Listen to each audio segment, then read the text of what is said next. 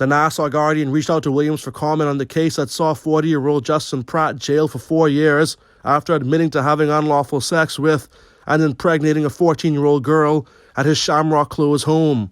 Williams was asked how he responded to criticism that the 4-year sentence was too lenient. He wrote back, "We have a generation of highly sexualized young people, whether through media or association, and who, because of parental inattention, lack of parental oversight, and in some cases, tacit encouragement and acquiescence, engage in risky behaviors. The facts of this case dictated the course taken." Williams' comments were met with sharp rebuke by many who accused him of victim blaming. You cannot blame the victim for what has happened.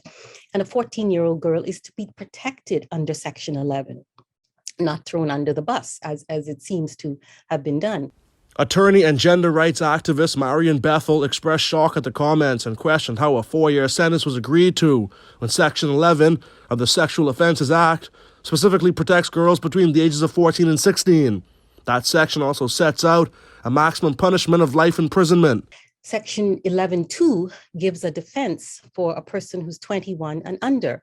A 40-year-old does not have a defense under this Section 11. So I don't see I don't know the full facts of this case, but I don't see I don't know of any mitigating circumstances that would call for the kind of penalty that this person has gotten.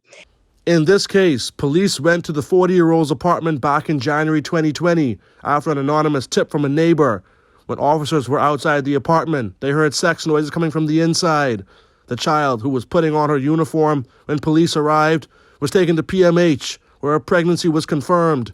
She told police that she met the man on Facebook. To speak of highly sexualized as a mitigating circumstance, it doesn't sound fair and just to me.